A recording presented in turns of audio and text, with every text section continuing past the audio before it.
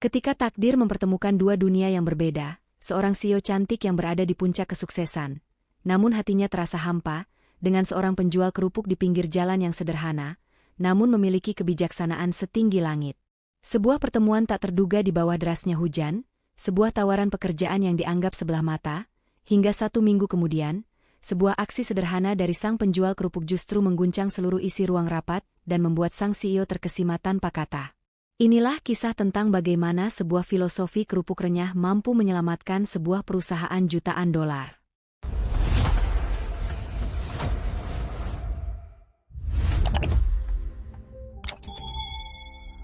Namun sebelum kita masuk ke dalam ceritanya, kami mengajak Anda sekalian untuk sejenak menekan tombol subscribe, like, dan berikan komentar terbaik Anda untuk mendukung channel Ken Arok Productions ini, agar terus bersemangat menyajikan kisah-kisah inspiratif untuk kita semua.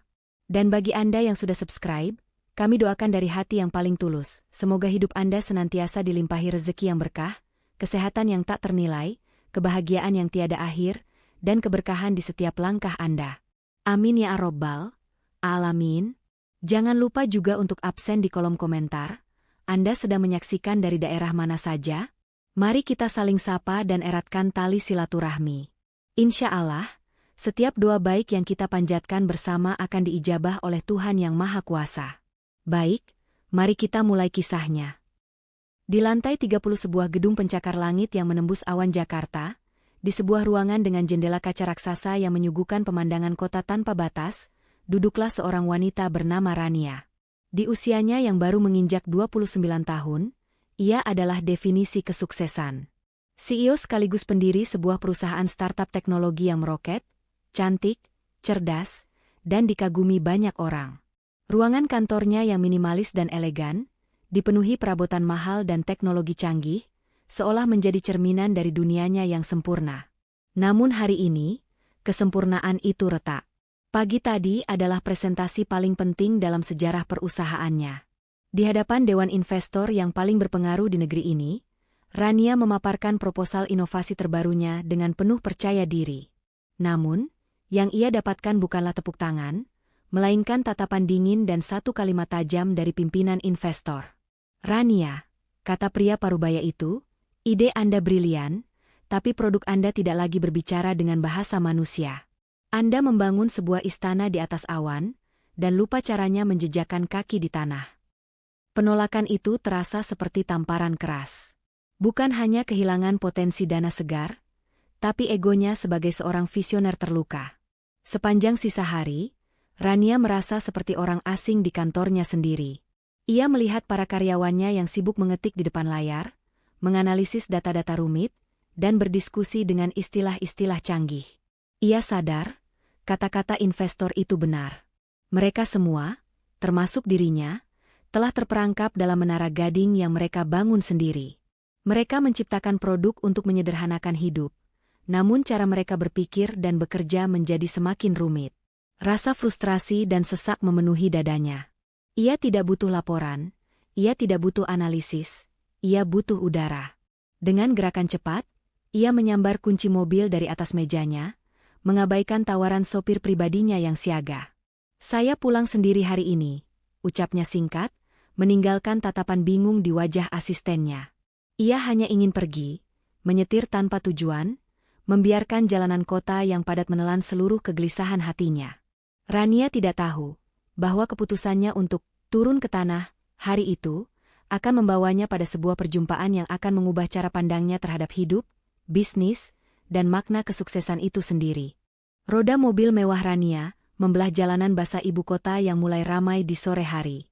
Kilau lampu dari gedung-gedung pencakar langit yang tadinya ia banggakan, kini terasa seperti tatapan mata raksasa yang menghakimi kegagalannya.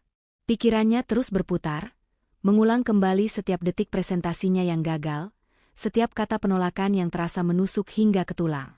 Ia menekan pedal gas lebih dalam, seolah berharap bisa lari dari kekecewaannya sendiri. Ia sengaja memilih rute yang jarang ia lewati, sebuah jalan yang lebih tua, yang lebih dekat dengan denyut nadi kehidupan kota yang sesungguhnya. Seakan memahami gejolak di hatinya, langit yang tadinya hanya mendung kini pecah. Hujan turun dengan begitu derasnya, mengguyur kota dalam sekejap. Air bah jatuh dari langit, mengubah jalanan menjadi sungai kecil berwarna coklat.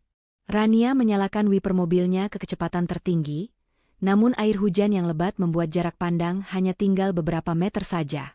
Di tengah badai kecil itulah, takdir memutuskan untuk ikut campur. Mesin mobil Eropanya yang biasa menderu halus, tiba-tiba tersedak. Batuk sekali, 2 kali, lalu hening. Lampu-lampu di dashboard berkedip tak menentu sebelum akhirnya padam total. Mobil itu meluncur tanpa tenaga beberapa meter sebelum akhirnya berhenti sepenuhnya di tepi jalan. Hening. Yang terdengar kini hanyalah gemuruh air hujan yang menghantam atap mobilnya. Rania mencoba menyalakan mesinnya kembali, lagi dan lagi, namun tak ada respon. Mobil seharga miliaran rupiah itu, kini tak lebih dari sebuah kaleng besi yang tak berdaya. Napasnya mulai terasa berat. Kepanikan, sebuah emosi yang sudah lama ia kunci rapat-rapat, mulai merayap naik ke tenggorokannya. Ia meraih tas tangannya, mencari ponsel pintarnya, satu-satunya jendela ke dunia yang ia kenal. Namun layar ponsel itu tetap hitam pekat, baterainya habis. Lengkap sudah penderitaannya. Terjebak sendirian, di jalan yang asing, di tengah hujan badai, tanpa alat komunikasi. Untuk sesaat, sang CEO yang perkasa itu merasa begitu kecil dan tak berdaya. Melalui jendela mobilnya yang berembun, di antara tirai hujan yang tebal, matanya menangkap sesuatu.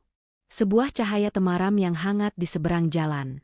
Bukan lampu toko yang terang, melainkan cahaya sederhana dari sebuah gerobak kecil yang berlindung di bawah atap halte bus yang sudah tua. Gerobak itu ditutupi terpal biru untuk melindungi isinya dari terjangan air. Di sana, di tengah kekacauan, ada sebuah potret kesederhanaan yang bertahan. Setelah menarik napas panjang untuk mengumpulkan sisa keberaniannya, Rania membuka pintu mobilnya, bersiap menembus badai demi sepotong tempat berteduh. Dengan mengabaikan harga sepatunya yang mahal dan setelan kerjanya yang mewah, Rania menerjang derasnya air hujan. Setiap tetes air yang jatuh terasa dingin menusuk kulit, seolah ikut membersihkan lapisan arogansi dan kekuasaan yang selama ini melekat padanya. Dalam hitungan detik, penampilannya yang selalu sempurna kini luntur. Rambutnya yang tertata rapi menjadi lepek, riasan mahalnya luruh, dan pakaian elegannya basah kuyup menempel di badan. Ia tiba di halte tua itu dengan napas terengah-engah, lebih mirip seperti orang yang kalah perang daripada seorang CEO yang disegani. Di bawah atap halte, seorang pemuda yang sedang merapikan terpal di gerobaknya menoleh. Itulah Bima. Ia tidak menunjukkan ekspresi kaget atau terintimidasi melihat kedatangan wanita dengan penampilan kontras yang tiba-tiba muncul di hadapannya. Ia juga tidak langsung menyodorkan dagangannya, memanfaatkan situasi. Sebaliknya, yang Rania lihat adalah sepasang mata yang tenang dan sorot wajah yang penuh dengan rasa prihatin yang tulus. Bima melihat seorang manusia yang kedinginan, bukan seorang calon pembeli. Tanpa banyak bicara, Bima berbalik sejenak, meraih sesuatu dari dalam laci kecil gerobaknya yang ia pastikan selalu kering. Ia kemudian kembali menghadap Rania dan menyodorkan sebuah handuk kecil berwarna biru yang terlipat rapi. Handuk itu jelas bukan barang mahal, tapi terlihat sangat bersih. "Permisi, Bu," ucap Bima dengan suara yang lembut namun jelas, menembus derasnya suara hujan. "Dipakai saja dulu untuk mengeringkan rambut dan wajah. Hujannya deras sekali, nanti Ibu bisa jatuh sakit." Rania terpaku. Ia membeku bukan karena dingin, tapi karena kehangatan dari sebuah tindakan yang tak terduga. Di dunianya, setiap pertolongan selalu ada harganya. Setiap kebaikan punya agenda tersembunyi. Tapi di hadapannya kini, seorang penjual kerupuk yang tidak ia kenal, yang mungkin penghasilannya tak seberapa, justru menawarkan pertolongan tulus tanpa pamrih. Gestur sederhana itu terasa begitu mewah. Lebih mewah dari semua fasilitas yang pernah ia nikmati. Dengan tangan yang sedikit gemetar, Rania menerima handuk itu. Saat jemarinya menyentuh kain sederhana itu, ada sebuah energi aneh yang menjalar, sebuah ketenangan yang membasuh seluruh kepanikan yang tadi sempat menguasainya. Sambil mengeringkan wajahnya, ia menatap pemuda di hadapannya. Pakaiannya sederhana, wajahnya sedikit lelah, namun senyumnya begitu tulus. Di tengah badai kehidupannya hari itu, Rania secara tak terduga justru menemukan sebuah pelabuhan kecil yang tenang di bawah atap sebuah halte tua, di samping seorang penjual kerupuk. Hujan yang tadinya mengamuk kini berubah menjadi rintik yang lebih teratur, menciptakan sebuah tirai air yang memisahkan Rania dan Bima dari dunia luar yang sibuk. Suara klakson mobil dan hiruk-pikuk kota seolah diredam, menyisakan mereka berdua dalam sebuah ruang yang terasa damai dan privat. Keheningan di antara mereka tidak terasa canggung. Justru, terasa menenangkan. Setelah rasa paniknya sirna, Rania merasa perlu untuk memecah kesunyian itu, didorong oleh rasa terima kasih dan kekaguman yang aneh. "Terima kasih untuk handuknya," ucapnya, suaranya terdengar lebih lembut dari biasanya. "Kamu, sudah lama berjualan seperti ini?" Bima menoleh sambil tersenyum. Senyumnya begitu ringan, tanpa beban. "Sudah hampir 3 tahun, Bu. Sejak bapak saya sakit-sakitan. Alhamdulillah, cukup untuk makan sehari-hari dan biaya obat bapak." Jawabannya begitu lugas, tanpa nada mengeluh atau meminta belas kasihan. Ada sebuah penerimaan yang tulus dalam suaranya, sebuah kedamaian yang membuat Rania iri. Entah kenapa, kejujuran Bima membuat pertahanan diri Rania runtuh. Tanpa sadar, ia menghela napas panjang dan bergumam, lebih pada dirinya sendiri. Aneh sekali, mobil semahal itu bisa mogok begitu saja. Ponsel canggih pun bisa mati di saat paling penting. Kadang, semua yang kita anggap hebat dan bisa diandalkan, justru yang paling pertama mengecewakan kita. Itu adalah keluhan tulus pertama yang keluar dari mulut Rania sepanjang hari itu. Bima mendengarkan dengan saksama, lalu ia memandang gerobaknya yang sederhana. "Benar, Bu. Sama seperti kerupuk saya ini," katanya pelan. Rania mengangkat alisnya, sedikit bingung. Bima melanjutkan, "Dulu, saya pernah coba semuanya, Bu. Saya buat kerupuk rasa keju Italia, rasa rumput laut Jepang, kemasannya saya buat pakai stiker yang mengkilap. Saya pikir, orang pasti suka sesuatu yang baru dan modern. Tapi ternyata, tidak ada yang laku. Kata mereka, rasanya terlalu aneh, terlalu rumit di lidah." Ia berhenti sejenak, menatap mata Rania dengan tatapan yang bijak. "Lalu saya sadar, Bu, orang itu tidak butuh kerupuk yang paling canggih. Mereka hanya kembali mencari kerupuk udang atau kerupuk bawang yang biasa. Kenapa? Karena yang mereka cari itu sederhana. Rasa yang jujur, gurih, dan yang terpenting selalu renyah saat digigit. Sesuatu yang bisa diandalkan untuk menemani makan mereka. Ternyata, kepercayaan itu sesederhana kerenyahan sebuah kerupuk, Bu." "Dek." Kata-kata itu menghantam kesadaran Rania seperti palu godam. Sederhana, jujur, bisa diandalkan. Itu adalah cerminan dari kritik investor yang gagal ia pahami. Ia telah sibuk menciptakan kerupuk rasa keju Italia, sementara pelanggannya hanya merindukan kerupuk bawang yang renyah. Saat itu juga, Rania tidak lagi melihat Bima sebagai seorang penjual kerupuk. Di hadapannya berdiri seorang guru, seorang ahli strategi jenius yang menyamarkan ilmunya di balik gerobak kayu yang sederhana. Sebuah ide gila, impulsif, namun terasa begitu benar, mulai terbentuk di dalam benaknya. Saat Bima selesai berbicara, hujan pun ikut mereda, seolah alam semesta sengaja memberikan jeda agar kata-kata bijak itu meresap sempurna ke dalam jiwa Rania. Langit di ufuk barat mulai menampakkan semburat jingga, pertanda senja akan segera tiba. Genangan air di jalanan memantulkan cahaya keemasan, mengubah pemandangan yang tadinya suram menjadi lukisan yang indah. Keheningan yang tercipta bukan lagi keheningan yang canggung, melainkan keheningan yang penuh dengan pemahaman. Rania menatap Bima dengan pandangan yang sama sekali berbeda. Ia tidak lagi melihat lapisan luar, seorang pemuda sederhana dengan gerobak kerupuknya. Ia kini melihat intinya, pikiran yang jernih, hati yang tulus, dan jiwa yang kaya akan kebijaksanaan praktis. Sebuah kebijaksanaan yang tidak akan pernah ia temukan di buku-buku bisnis terlaris, atau seminar-seminar motivasi berbayar mahal. Kebijaksanaan, renyah, yang baru saja menyelamatkan perusahaannya dari kehancuran ide. Di saat itu, sebuah keputusan terbentuk di benaknya. Keputusan itu tidak logis, tidak berdasarkan CV, dan sama sekali tidak mengikuti prosedur standar perusahaannya. Keputusan itu murni berdasarkan intuisi, sebuah bisikan hati yang sudah lama tidak ia dengarkan. Sebuah mobil derek yang tadi ia hubungi dari ponsel Bima, yang dengan senang hati dipinjamkannya, mulai terlihat di kejauhan, cahayanya memecah temaram senja. Waktu mereka hampir habis. Rania tahu ini adalah kesempatannya, sekarang atau tidak sama sekali. Bima, panggilnya, suaranya terdengar tegas namun menyimpan nada harapan. Aku Rania, CEO dari perusahaan yang ada di gedung tertinggi yang terlihat dari sini. Bima hanya mengangguk pelan, tanpa ekspresi terkejut yang berlebihan, seolah status Rania tidak mengubah apapun baginya.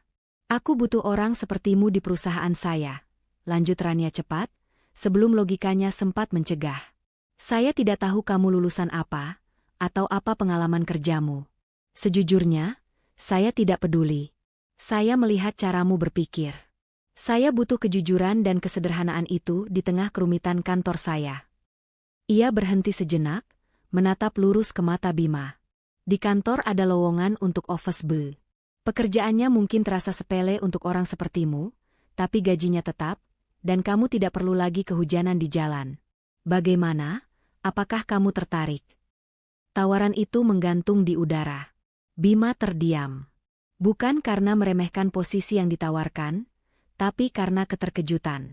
Dari semua hal yang mungkin terjadi sore itu, sebuah tawaran pekerjaan dari wanita pemilik mobil mewah yang mogok adalah hal terakhir yang ada di benaknya. Ia menatap Rania, lalu menatap gerobak kerupuknya yang telah menjadi sumber hidupnya selama ini. Sebuah persimpangan jalan baru saja terbuka secara ajaib di hadapannya. Setelah melalui malam yang panjang untuk berdiskusi dengan ibunya dan meyakinkan hatinya sendiri, Bima akhirnya membulatkan tekad. Ia menerima tawaran Rania. Gerobak kerupuknya ia titipkan kepada seorang teman, bukan untuk ditinggalkan selamanya, melainkan sebagai pengingat akan dari mana ia berasal. Tepat pukul 7 pagi di hari Senin, dengan mengenakan kemeja bersih yang sudah ia setrika licin-licin dan celana bahan hitam, Bima melangkahkan kakinya melewati pintu kaca otomatis yang megah. Inilah dunianya yang baru. Lobi gedung itu sendiri sudah membuatnya takjub. Lantai marmernya berkilauan seperti cermin, langit-langitnya begitu tinggi, dan udaranya dingin oleh pendingin ruangan. Orang-orang berlalu lalang dengan langkah cepat, mengenakan pakaian mahal, dan berbicara dengan bahasa yang separuhnya ia mengerti. Ini adalah sebuah ekosistem yang sama sekali asing baginya. Namun, Bima tidak merasa minder atau terintimidasi. Ia hanya tersenyum, mengamati segalanya dengan rasa ingin tahu yang tulus, seolah sedang mempelajari sebuah dunia baru. Ia diperkenalkan oleh kepala personalia sebagai staf office support yang baru. Tugas pertamanya sederhana, memastikan mesin kopi selalu terisi, ruang rapat bersih sebelum dan sesudah digunakan, serta mengantarkan dokumen antar divisi. Bima mengerjakan setiap tugas itu dengan sebuah standar kesempurnaan yang mengejutkan. Ia tidak hanya mengisi ulang kopi, tapi ia juga memastikan mesinnya selalu bersih mengkilap. Ia tidak hanya membersihkan meja rapat, tapi ia juga menata kursi-kursinya dengan presisi dan memastikan spidol papan tulis selalu terisi penuh. Ia tidak hanya mengantar dokumen, tapi ia melakukannya dengan senyum ramah dan ucapan, permisi, serta terima kasih, yang tulus kepada setiap orang yang ia temui, entah itu manajer senior ataupun sesama staf junior. Beberapa karyawan memandangnya dengan sebelah mata, melihatnya hanya sebagai OB baru yang nasibnya kurang beruntung. Mereka membicarakannya di belakang, kasihannya, masih muda tapi kerjanya begitu. Namun, yang lain justru merasa tersentuh dengan kehadirannya. Mereka memperhatikan bagaimana Bima selalu menawarkan bantuan kecil, seperti menahan pintu lift atau membawakan tumpukan kertas yang berat, tanpa diminta. Kehadiran Bima seperti embusan angin segar di tengah-tengah atmosfer kantor yang kaku dan penuh persaingan. Ia tidak membawa ambisi, ia hanya membawa ketulusan. Dan tanpa ia sadari, ketulusan itu mulai mengubah dinamika kecil di lantai 30 gedung pencakar langit tersebut. Hari-hari berlalu, dan seminggu telah terlewat sejak Bima menanggalkan rompi penjual kerupuknya dan mengenakan seragam biru dongker khas staf pendukung kantor. Ia bergerak di antara kubikel-kubikel dan ruang-ruang rapat layaknya bayangan yang menenangkan. Ia tidak banyak bicara, namun ia adalah pendengar dan pengamat yang paling tajam di seluruh lantai itu. Matanya yang jernih, yang terbiasa mengamati ribuan wajah di jalanan, kini mempelajari sebuah dunia yang jauh lebih kecil namun jauh lebih rumit. Dari sudut pandangnya yang unik, Bima melihat semuanya. Ia melihat para eksekutif muda yang cerdas namun wajahnya selalu tegang karena target. Ia mendengar para manajer yang berdebat sengit di ruang rapat hanya karena perbedaan data. Ia melihat karyawan yang makan siang terburu-buru di depan layar komputernya, seolah takut kehilangan 1 detik pun waktu produktif. Ia juga melihat Rania, sang CEO. Ia melihatnya saat Rania memimpin rapat dengan aura yang tegas dan mengintimidasi. Namun ia juga melihatnya saat Rania memijat pelipisnya diam-diam di dalam ruangannya yang sunyi, dengan sorot mata yang menampakkan beban yang begitu berat. Bima tidak menghakimi satupun dari mereka. Ia hanya mencoba memahami. Baginya, kantor itu seperti sebuah mesin raksasa yang rumit. Setiap orang adalah roda gigi yang terus berputar kencang. Terkadang, putaran itu begitu cepat hingga mereka lupa untuk saling melihat, lupa untuk sekadar tersenyum. Maka, Bima memutuskan untuk menjadi minyak pelumas tak terlihat bagi mesin itu. Ia mulai menghafal kebiasaan kecil setiap orang. Ia tahu manajer pemasaran paling suka kopi hitam tanpa gula di jam 3 sore untuk melawan kantuk. Ia tahu tim desainer grafis akan sangat berterima kasih jika ada air galon baru yang siap sedia saat mereka sedang lembur. Ia tahu resepsionis di lobi seringkali melewatkan makan siangnya, maka sesekali ia akan meninggalkan sebungkus biskuit di mejanya saat ia lewat. Itu semua adalah hal-hal kecil, tindakan-tindakan yang mungkin tidak tercatat dalam laporan kinerja manapun. Namun, tindakan-tindakan tulus itu secara perlahan mulai dirasakan. Kehadiran Bima yang tadinya hanya dianggap sebagai seorang OB, kini mulai terasa seperti detak jantung yang tenang di tengah hiruk-pikuk ambisi perusahaan. Dan Rania, dari balik ruang kacanya, diam-diam memperhatikan semua itu. Kehadiran Bima memang membawa setitik kesejukan di tengah panasnya persaingan kantor, namun setitik kesejukan itu tak cukup kuat untuk memadamkan api krisis yang sesungguhnya. Di balik senyum para karyawan dan secangkir kopi hangat yang selalu tersedia, masalah utama perusahaan Rania justru semakin membesar. Penolakan dari investor tempo hari ternyata memberikan efek domino yang lebih buruk dari yang dibayangkan. Kepercayaan pasar mulai goyah, dan seorang kompetitor utama, yang melihat celah ini, tiba-tiba meluncurkan produk tandingan dengan kampanye pemasaran yang sangat agresif. Perusahaan Rania kini berada di ujung tanduk. Mereka bukan hanya harus mencari investor baru, tapi mereka harus bergerak cepat untuk merebut kembali hati pelanggan mereka sebelum semuanya terlambat. Tenggat waktu yang diberikan oleh Dewan Direksi semakin dekat. Rania harus bisa mempresentasikan sebuah ide kampanye baru yang brilian dalam waktu kurang dari seminggu. Jika gagal, posisinya sebagai CEO bisa terancam. Tekanan ini mengubah atmosfer kantor kembali menjadi medan perang. Rapat-rapat digelar hingga larut malam, bahkan di akhir pekan. Suara-suara yang meninggi dan perdebatan sengit kembali terdengar dari balik pintu ruang rapat yang tertutup. Tim pemasaran, tim terbaik yang dimiliki Rania, seolah kehilangan sihirnya. Semua ide yang mereka ajukan terasa seperti pengulangan dari strategi lama, ide-ide rumit yang berputar-putar pada data dan analisis pasar yang kompleks, persis seperti penyakit yang sama yang membuat investor sebelumnya mundur. Rania merasa seperti seorang kapten kapal yang sedang berlayar di tengah badai besar, sementara para awak terbaiknya kebingungan membaca peta. Ia mendorong timnya hingga ke batas kemampuan, menuntut ide-ide segar, namun yang ia dapatkan hanyalah wajah-wajah yang lelah dan putus asa. Ia tahu, mereka kehilangan sesuatu yang fundamental. Mereka kehilangan arah, kehilangan jiwa dari produk yang mereka jual. Mereka semua terjebak dalam labirin pikiran mereka sendiri, dan jalan keluarnya seolah tak terlihat. Tanpa mereka sadari, jawaban yang mereka cari justru berada sangat dekat, bergerak tanpa suara di koridor kantor, menuangkan kopi, dan mengamati semuanya dengan sepasang mata yang paling jernih. Malam itu, jam di dinding sudah menunjukkan pukul 10 malam, namun lampu di ruang rapat utama masih menyala terang benderang. Ruangan itu, yang biasanya menjadi saksi lahirnya ide-ide cemerlang, kini terasa seperti ruang interogasi yang pengap dan menyesakan. Di dalamnya, Rania dan 5 orang kepala tim intinya duduk terpaku di kursi masing-masing. Wajah mereka adalah potret kekalahan, kuyu, lelah, dan frustrasi. Papan tulis putih raksasa yang biasanya penuh dengan diagram dan strategi inovatif, kini hanya berisi coretan-coretan kusut dan kata-kata yang dilingkari lalu dicoret kembali. Puluhan cangkir kopi yang sudah kosong dan dingin berserakan di atas meja, menjadi monumen bisu dari kebuntuan pikiran mereka.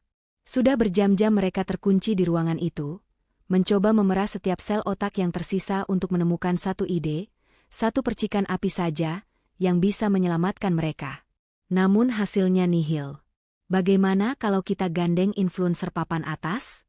Bikin acara peluncuran yang spektakuler? Usul kepala pemasaran untuk yang ketiga kalinya, suaranya terdengar parau. Itu hanya akan membakar uang. Danu, sahut Rania tajam, sambil memijat keningnya. Produk kita yang bermasalah, bukan kurangnya kemewahan acara. Orang tidak percaya lagi pada kita. Apa kalian tidak mengerti? Suasana menjadi hening seketika. Ketajaman suara Rania menunjukkan betapa gentingnya situasi ini. Mereka semua tahu ia benar. Mereka telah kehilangan koneksi dengan pelanggan mereka.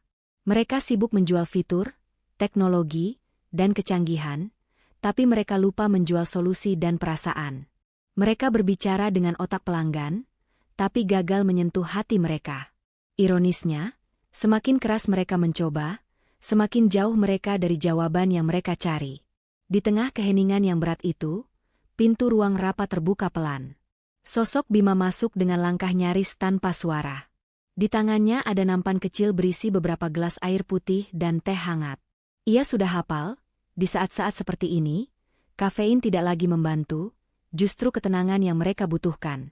Ia meletakkan gelas-gelas itu satu persatu di atas meja tanpa mengganggu, gerakannya penuh dengan rasa hormat.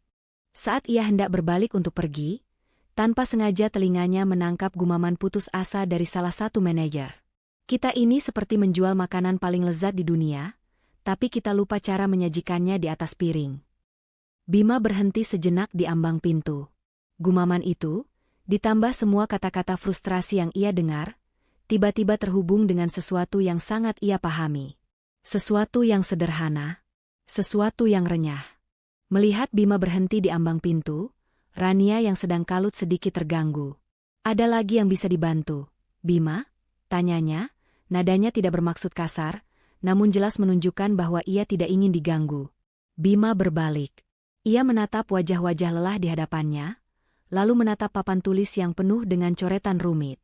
Ada keraguan di wajahnya. Ia sadar akan posisinya. Ia hanyalah seorang office boy, seorang petugas kebersihan. Siapalah dia untuk ikut campur dalam urusan para pemikir jenius di ruangan ini? Logikanya menyuruhnya untuk segera berbalik, menutup pintu, dan menghilang dalam senyap koridor. Namun hatinya berkata lain. Ia melihat orang-orang baik yang sedang kesulitan, dan ia mungkin memegang sepotong kecil dari jawaban yang mereka cari. Dengan memberanikan diri, ia melangkah maju satu langkah ke dalam ruangan. Ia menundukkan kepalanya sedikit, sebuah gestur penuh rasa hormat. Maaf, Bu Rania.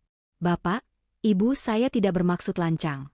Ucapnya dengan suara yang pelan, namun terdengar sangat jelas di tengah keheningan ruangan. Saya hanya tidak sengaja mendengar. Semua pasang mata kini tertuju padanya.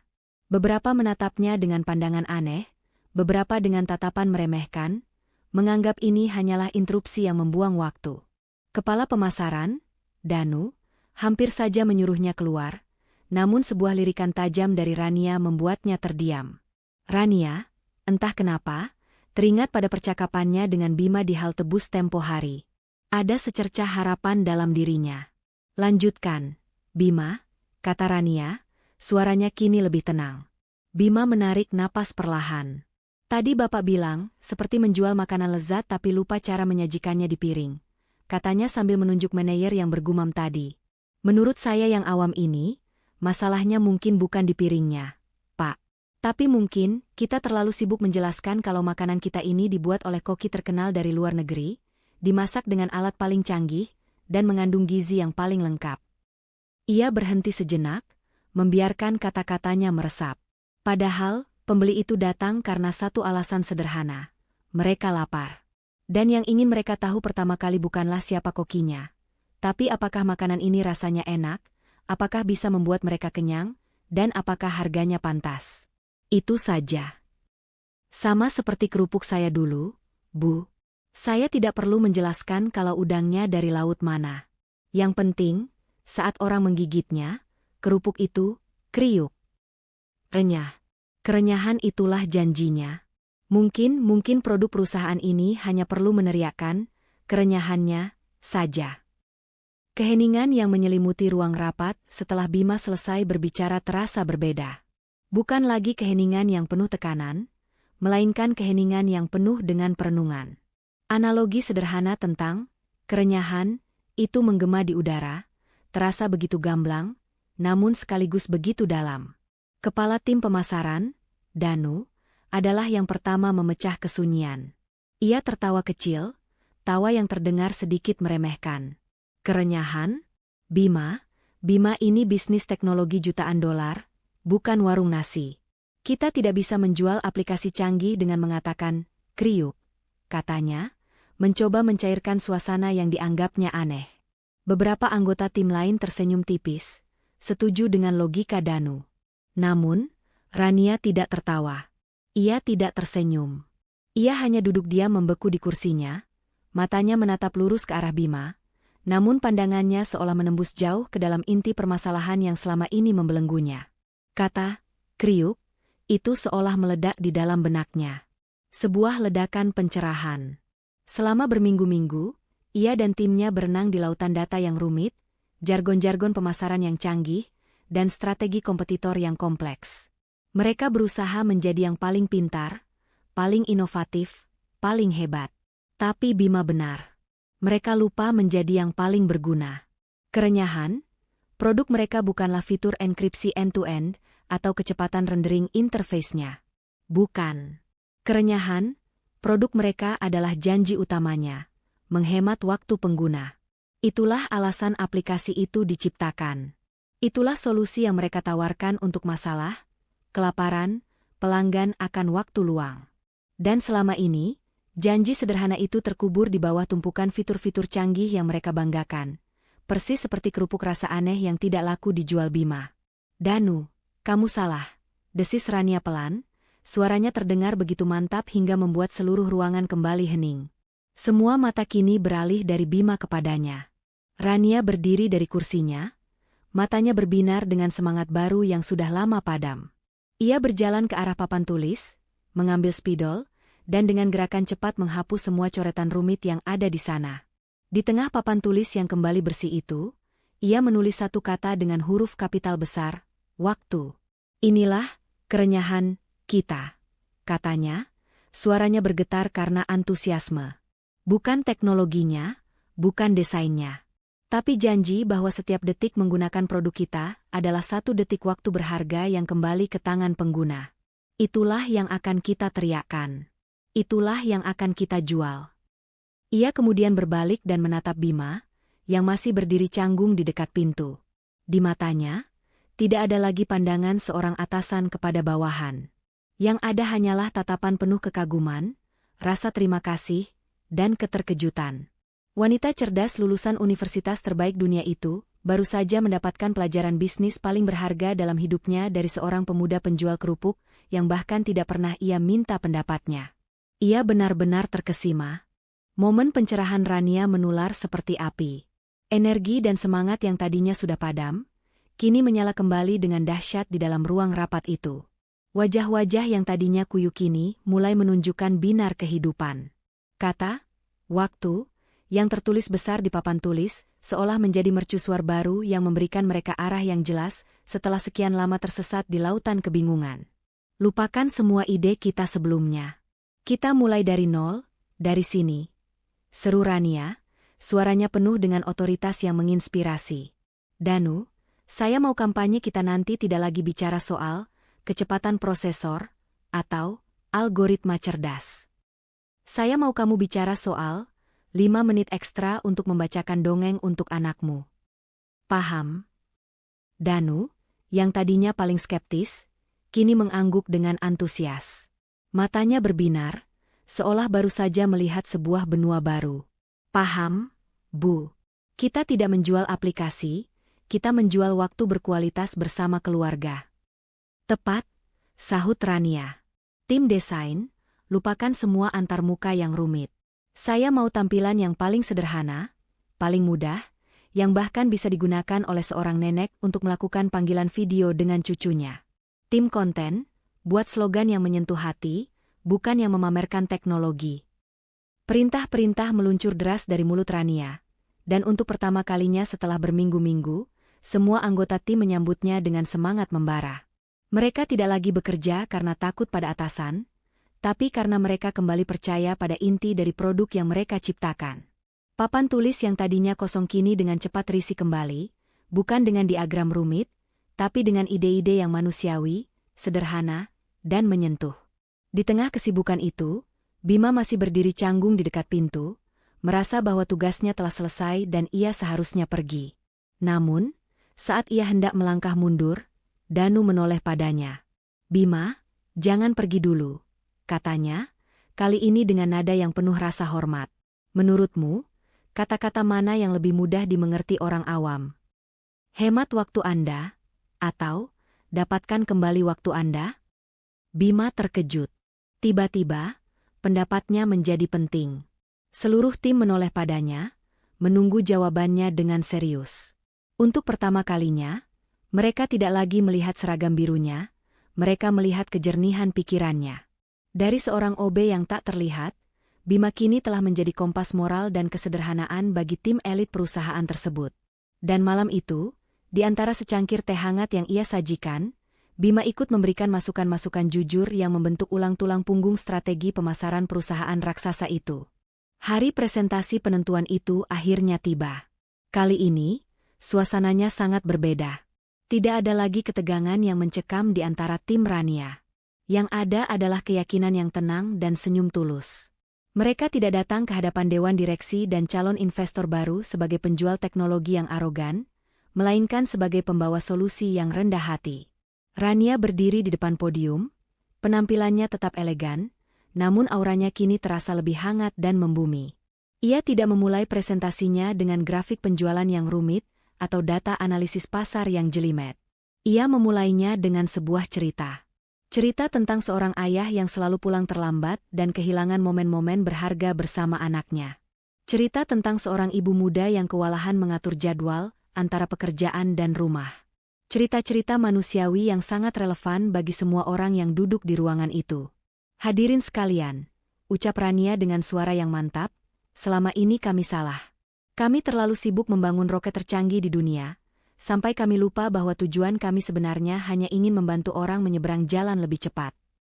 Ia kemudian menampilkan satu slide sederhana di layar raksasa di belakangnya. Bukan gambar aplikasi yang rumit, melainkan gambar sebuah jam dinding dengan jarum yang berputar mundur beberapa menit. Di bawahnya hanya ada satu kalimat besar, "Kami tidak menjual aplikasi. Kami mengembalikan waktu Anda." Slogan itu, janji sederhana itu, terasa begitu kuat dan jujur. Sepanjang sisa presentasi, Rania dan timnya tidak lagi memamerkan kecanggihan fitur, melainkan mendemonstrasikan bagaimana setiap klik pada aplikasi mereka adalah detik atau menit berharga yang berhasil dihemat, waktu yang bisa digunakan untuk hal-hal yang jauh lebih penting dalam hidup. Mereka menjual kembali kerenyahan produk mereka. Para investor dan direksi yang tadinya memasang wajah serius dan skeptis, kini mulai mengangguk-angguk setuju. Beberapa dari mereka bahkan tersenyum. Mereka akhirnya mengerti. Mereka tidak sedang ditawari sebuah produk, mereka sedang ditawari sebuah filosofi. Mereka melihat sebuah perusahaan yang akhirnya menemukan kembali jiwanya. Ketika presentasi berakhir, ruangan yang tadinya hening seketika pecah oleh tepuk tangan yang meriah. Bukan tepuk tangan formalitas, melainkan tepuk tangan yang tulus dan penuh kekaguman. Kesepakatan tidak hanya berhasil diselamatkan, tapi mereka mendapatkan tawaran investasi yang nilainya jauh lebih besar dari yang diharapkan. Di tengah riuh tepuk tangan itu, Rania tidak melihat wajah para investor. Matanya mencari ke sudut belakang ruangan, di mana Bima berdiri diam-diam, ikut tersenyum tulus. Kemenangan manis ini adalah milik mereka semua. Namun Rania tahu persis siapa dirigen di balik simfoni indah ini. Keesokan paginya, setelah euforia kemenangan sedikit mereda, kantor kembali berjalan seperti biasa. Namun, ada sesuatu yang berbeda. Ada lebih banyak senyum, lebih banyak sapaan hangat di koridor. Kabar kesuksesan presentasi kemarin menyebar cepat, dan semua orang tahu bahwa ada andil seorang OB bernama Bima di baliknya. Bima sendiri tidak berubah. Pagi itu, ia tetap datang paling awal, membersihkan pantry, dan memastikan mesin kopi siap digunakan, seolah tidak ada hal luar biasa yang terjadi. Baginya, membantu adalah sebuah kebiasaan, bukan sebuah cara untuk mencari pujian. Saat ia sedang mengelap meja di dekat jendela, Interkom di ruangan itu berbunyi. Suara asisten CEO memanggil namanya dengan sopan, "Bima, mohon segera ke ruangan Ibu Rania." Dengan sedikit rasa gugup, Bima berjalan menuju ruangan berkaca di sudut lantai. Jantungnya sedikit berdebar. Ia masuk dan melihat Rania sedang berdiri menatap pemandangan kota dari jendela raksasanya, persis seperti hari pertama Bima melihatnya. Rania berbalik, dan di wajahnya terpasang senyum yang tulus dan hangat. Tidak ada lagi jejak CEO yang dingin dan penuh tekanan. "Bima, silakan duduk," katanya sambil menunjuk kursi nyaman di depan mejanya, kursi yang biasanya hanya diduduki oleh para tamu penting. Bima duduk dengan canggung. "Ada yang bisa saya bantu, Bu?" Rania menggeleng pelan, lalu ia duduk di hadapan Bima. "Tidak, Bima. Justru saya yang ingin berterima kasih padamu," ucapnya. "Kata-katamu malam itu, filosofi kerupuk renyahmu, kamu tidak hanya menyelamatkan satu kampanye pemasaran. Kamu mengingatkan kami semua tentang alasan kenapa perusahaan ini berdiri. Kamu menjernihkan pikiran kami yang keruh." Ia menatap Bima lekat-lekat, tatapannya penuh dengan rasa hormat. "Setelah melihat apa yang kamu lakukan dan bagaimana caramu berpikir, saya sadar saya telah melakukan kesalahan besar dengan menempatkanmu sebagai office boy. Posisi itu tidak cocok untukmu." Rania mendorong sebuah map tipis ke arah Bima di atas meja. "Mulai hari ini, saya ingin menawarimu posisi baru. Sebagai Customer Insight Analyst di tim riset dan pengembangan. Kamu tidak perlu ijazah sarjana. Ijazahmu adalah kepekaanmu terhadap sesama manusia. Tugasmu sederhana, menjadi suara renyah di perusahaan ini. Pastikan kami tidak pernah lagi membangun istana di atas awan dan lupa caranya menjejakkan kaki di tanah." Bima membuka map itu dengan tangan gemetar. Di dalamnya ada surat penawaran resmi dengan nama dan posisi barunya. Ia terdiam, hatinya dipenuhi rasa haru dan syukur yang meluap-luap. Takdir benar-benar bekerja dengan cara yang paling ajaib. Alat. Bima mengangkat wajahnya dari surat penawaran itu, matanya berkaca-kaca. Namun bukan karena jabatan atau nominal gaji yang tertera di sana. Ia terharu karena kepercayaan yang diberikan kepadanya. Kepercayaan bahwa pemikirannya yang sederhana ternyata memiliki nilai di dunia yang terasa begitu rumit. Dengan suara yang sedikit bergetar namun mantap, ia menatap Rania. "Terima kasih banyak, Bu. Insya Allah, saya akan pegang amanah ini sebaik-baiknya." Ia tidak melompat kegirangan. Ia tidak menunjukkan kesombongan. Ia menerima peran barunya dengan kerendahan hati yang sama, seperti saat ia menerima tawaran sebagai office boy. Itulah Bima. Posisinya boleh berubah, tapi hatinya tetap sama. Kabar mengenai promosi Bima menjadi legenda di kantor itu. Kisahnya menjadi pengingat bagi semua orang, dari level teratas hingga terbawah, bahwa ide cemerlang tidak selalu datang dari gelar yang panjang atau jabatan yang tinggi. Terkadang, ide terbaik datang dari hati yang paling tulus dan mata yang paling jernih dalam memandang dunia. Bima menjadi bukti hidup bahwa kebijaksanaan tidak terikat pada status sosial. Beberapa minggu kemudian, Rania melihat pemandangan yang membuatnya tersenyum dari ruangannya. Ia melihat Bima sedang duduk di taman atap gedung bersama tim riset dan pengembangan. Ia tidak sedang memegang laptop canggih atau membicarakan data. Ia hanya sedang mengobrol santai dengan beberapa petugas kebersihan dan petugas keamanan gedung, menanyakan bagaimana hari mereka, apa kesulitan mereka, apa harapan mereka. Ia sedang melakukan tugasnya, mendengarkan suara manusia. Cerita ini ditutup dengan sebuah adegan senja. Bima berdiri di depan jendela kaca raksasa yang dulu hanya bisa ia bersihkan dari luar. Ia menatap hamparan lampu kota yang mulai menyala, pemandangan yang sama dengan yang sering Rania lihat. Namun, Bima melihatnya dengan cara yang berbeda. Ia tidak melihatnya sebagai simbol kekuasaan atau kesuksesan. Ia melihatnya sebagai jutaan rumah, jutaan kehidupan, jutaan orang yang hanya menginginkan hal sederhana dalam hidup, kebahagiaan yang renyah dan bisa diandalkan. Dan kini, adalah tugasnya untuk memastikan perusahaannya tidak akan pernah lagi melupakan hal itu. Perjalanannya dari gerobak kerupuk di pinggir jalan ke ruang strategi di puncak gedung pencakar langit telah selesai, namun misinya untuk menyebarkan filosofi kesederhanaan baru saja dimulai.